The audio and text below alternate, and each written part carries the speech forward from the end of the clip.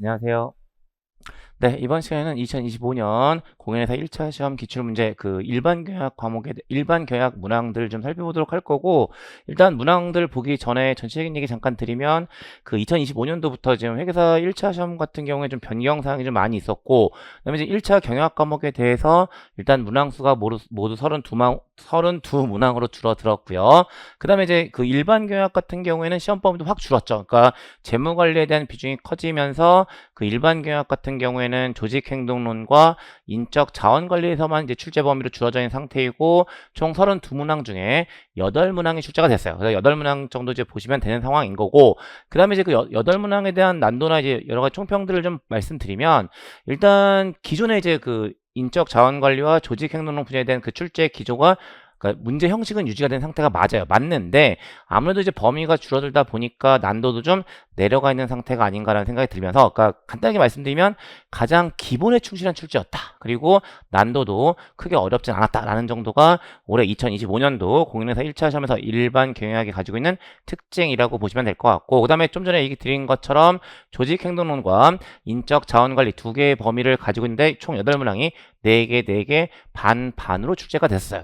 그러니까 예전 같은 경우에 이제 역시나 예전에 시험범위 있었을 때 보게 되면 조직행동론과 인적자원관리 합쳐서 8문항이 출제가 된 건 맞았는데, 예전에는 조직행동론의 비중이 조금 더 높았거든요. 예, 근데 이번에 전체적으로 변경이 이루어지면서 조직행동론 4문항, 인적자원관리 4문항 출제가 돼서 반의 비중을 가지고 있고, 제가 보기에 앞으로 이 비중은 계속 가지 않을까라는 생각이 들어요. 더 그 정도 말씀드리면서 총평 마무리 짓고 이제 문항 좀 보도록 할 텐데요. 1번부터 보겠습니다.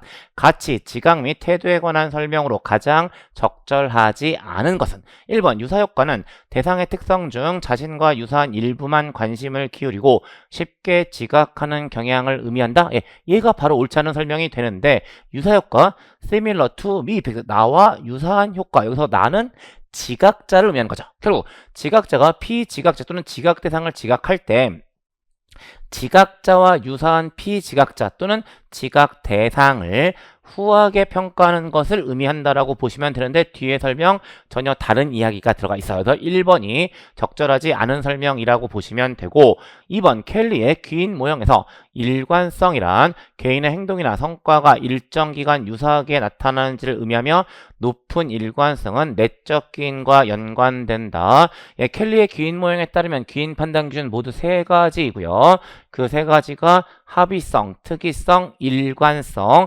합의성은 피지각자가 보인 성과와 동료 구성원, 특이성은 피지각자가 보인 성과와 과업사의 관계, 그 다음에 일관성은 피지각자가 보인 성과와 시간 사이의 관계에 대해서 얘기하는 거고요. 합의성과 특이성이 높고 일관성이 낮은 경우가 외적인, 다음에 반대인 경우가 내적 기인과 연관되어 있으니까 2번 보기는 문제가 없습니다.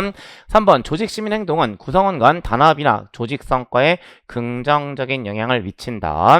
4번 개인 조직 적합성은 개인의 성격이나 가치가 조직의 가치와 일치하는 정도를 의미하며 개인은 자신의 가치와 어울리는 곳에 이끌리고 선발된다.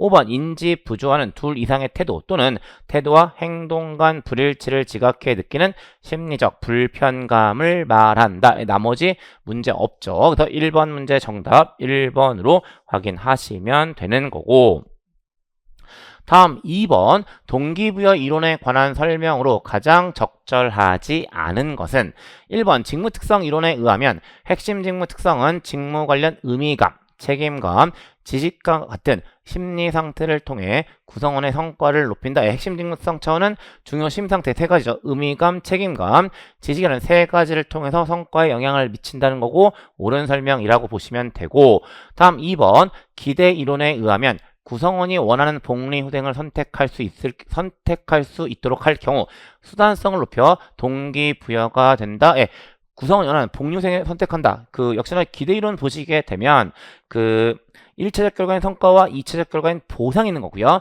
그 보상의 형태가 여러 가지고 그 보상의 형태에 대한 선호도의 강도를 의미하는 것은 수단성이 아니라 유의성이 되죠. 그래서 구성원이 원하는 복리후생을 선택할 수 있도록 한다면 뭐가 높아지냐면 유의성이 높아진다라고 보시면 되는 거예요. 그래서 2번이 수단성이라 유의성이기 때문에 옳지 않은 설명이라고 보시면 되는 거고 3번 공정성 이론에 의하면 구성원은 불공정성 인식을 낮추기 위해 조직을 이탈할 수 있다. 예, 공정성에서 불공정성을 해소하기 위한 가장 극단적인 방법 조직을 이탈하거나 비교 대상을 변경하는 방법이 있는 거죠. 4번 목표 설정 이론에 의하면 목표가 너무 쉽지 않거나 피드백이 제공될 경우 동기부여에 더 효과적이다. 5번 인지적 평가 이론에 의하면 구성원 동기부여에 있어 외지적 보상 활용 시 기존의 내재적 동기 감소에 유의해야 한다. 나머지 다 문제 없는 내용들이에요. 그래서 2번 문제 정답 2번으로 확인하시면 되는 거고 다음 3번 리더십 및 집단에 관한 설명으로 가장 적절하지 않은 것은 1번 리더십 이론의 발전 과정에서 상황 이론은 특정 상황에 적합한 리더의 특성이나 행동에 관심을 둔다. 2번 리더십 귀인 이론에 의하면 리더십은 리더의 실제 자질이나 행동보다 타인의 지각에 의해 판단된다. 이 타인의 지각이라는 것이 귀인과 관련되어 있는 거죠. 3번 갈등은 해당 문제를 인식하고 해결 방안을 모색해 집단에 긍정적인 변화를 가져올 수 있는 순기능이 있다. 4번 지명 반론자법은 구성원 중 일부를 지명하여 해당 사안에 대한 의견을 모두 제시하도록 하는 의사결정 방법이다. 예, 지명 반론자법 말 그대로 지명해서 반대 의견을 제시하게 하는 거죠. 근데 보시면 해당 사안에 대한 의견을 모두가 아니라 반대 의견만 제시하게 해주는 거예요. 그래서 4번이 적절하지 않은 설명이라고 보시면 되고 5번 가상팀은 물리적으로 떨어져 있는 구성원들이 이메일, 화상회의, 인스턴트 메시지와 같은 통신 기술을 사용하여 협업한다. 문제 없죠. 그래서 3번 문제 정답 4번으로 확인해 주시면 되는 거고 다음 4번 다음 설명 중 적절한 항목만을 모두 선택한 것은 이고요. A번 파트너란 협상의 결과로 얻은 여러 대안 중 최고의 대안을 말한다. 얘가 잘못돼 있죠. 파트너라는 것은 그 결과들을 대신할 수 있는 대안들 중에 가장 좋은 대안을 의미한다라고 보시면 돼요. 그러니까 그 결과 자체가 그 결과를 대신할 수 있는 대안들 중에 최고의 대안, 결과를 대신할 대안들 중에 최고의 대안이 되기 때문에 A는 옳지 않은 설명이라고 보시면 되고요. 다음 B번 기업 간 인수합병 시에는 조직 문화가 걸림돌이 될 수 있기에 조직 문화 관리에 더욱 유의해야 한다. C번 사업부제 또는 부문별 조직은 사업부 간 이익이 충돌하거나 상호 조정이 어려운 단점이 있다. D번 조직 변화에 대한 구성원의 저항이 정보의 부재나 부정확함으로 인해 발생한다면 교육이나 의사소통이 적절한 관리 방법이다. 문제 없죠. 그래서 4개 중에 A는 옳지 않고 B, C, D가 옳은 설명이 되니까 4번 문제 정답은 5번으로 확인하시면 되는 겁니다. 다음 5번 문제 볼게요. 직무관리 및 인적 자원 개발에 관한 설명으로 가장 적절하지 않은 것은 1번 직무 분석을 통해 수집된 직무의 내용과 수행 방법에 대한 정보는 직무 기술서에 명시된다. 직무 분석을 통해 직무 자체에 대한 내용은 직무 기술서로 들어가는 거고 그 직무를 수행하는 데 있어서 필요한 인적 특성 또는 자격 요건은 직무 명세서로 들어가는 거죠. 근데 직무의 내용과 수행 방법이니까 기술서에 명시된다는 설명은 옳은 설명이라고 보시면 되는 거고 다음 2번 직무순환은 전문성 개발이 어렵거나 작업자 교체로 인한 생산성 저하의 문제가 발생한다는 단점이 있다. 계속 돌려가면서 직무를 시키는 거니까 전문성 개발이 어려울 거고 당연히 계속 사람이 바뀌니까 생산성 저하가 발생할 수 있는 겁니다. 다음 3번 선택적 근로시간, 선택적 근로시간제 출퇴근 시간을 조정하는 거죠.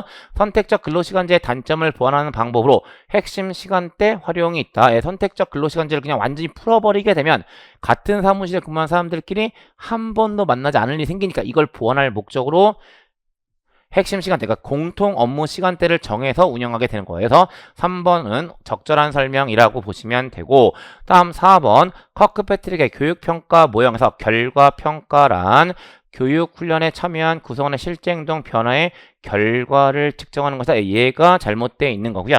결과평가 또는 성과평가라는 것은 그 교육훈련의 결과가 조직 발전에 조직 변화에 얼마나 기여했는지를 물어보는 문제가 얼마나 기여했는지를 측정하는 거라고 보시면 되는 거죠. 그래서 4번이 옳지 않은 설명이라고 보시면 되고 다음 5번 이 문화 훈련 여기서 이는 다른 그러니까 서로 다른 문화들 간의 그 문제죠.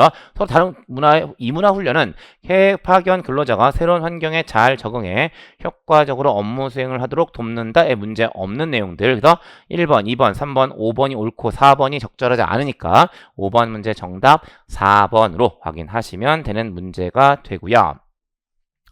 다음 6번 인적 자원 계획 및 확보에 관한 설명으로 가장 적절하지 않은 것은 1번 모집은 양질의 지원자를 확보하기 위한 활동을 의미하고 선발은 지원자 중 우수한 인재를 선별하는 과정을 의미한다.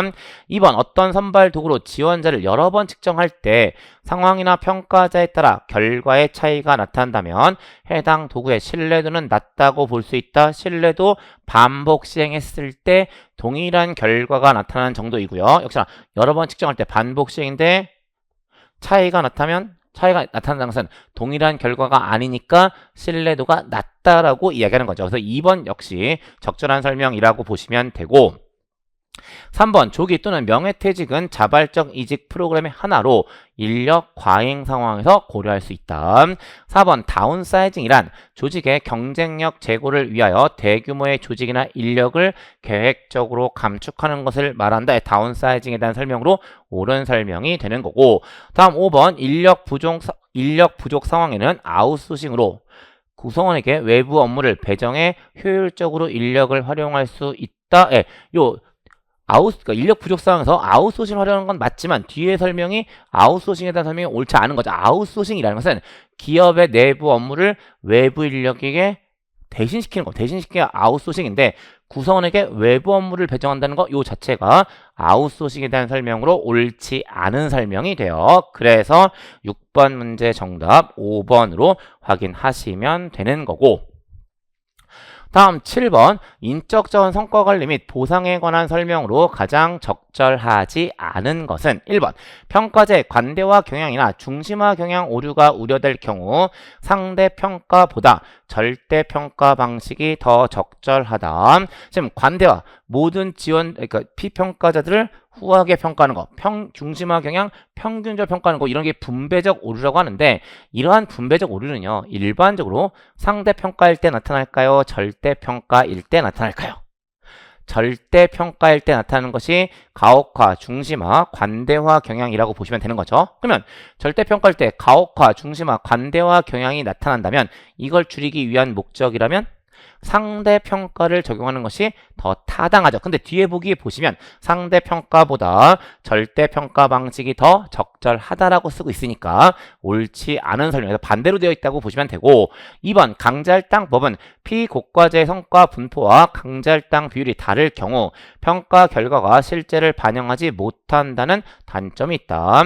3번 구성원이 조직 간 비교를 통해 임금의 경쟁력을 확보한다면 조직은 임금의 외부 공정성을 확보할 필요가 있다. 조직 간 비교니까 외부 공정성 되는 거고요. 4번 스켈론 플랜과 럭커 플랜은 생산 성과